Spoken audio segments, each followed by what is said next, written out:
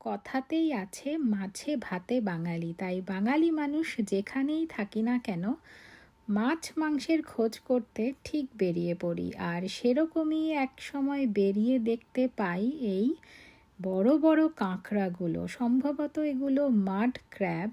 আর ওই যে আগের রিলসে আমি শেয়ার করেছি টপ চপ নামের যে দোকানটা, ওই দোকানেই আরও একবার ঘুরতে ঘুরতে গিয়ে দেখতে পাই এই মস্ত বড় কাঁকড়া, প্রায় 801 কেজি ওজনের। আর সেই কাঁকড়াগুলোই এই দোকানের যিনি ছিলেন উনি এইভাবে পরিষ্কার করে কেটে দিচ্ছিলেন। আর সেটা আমি অবাক দৃষ্টিতে দেখছিলাম যে এই বড় বড় কাঁকড়াগুলো কি করে, কোনো ভয় ডর নেই, দিব্যি কেটে চলেছে একটার পর একটা। কাঁকড়া কেমন খেতে হয় সেটা আমার জানা ছিল না। এখানে আসার পরেই এক বাঙালি বন্ধুর কাছে, এক খুবই বিশেষ এক বন্ধুর বাড়িতেই খেয়েছি।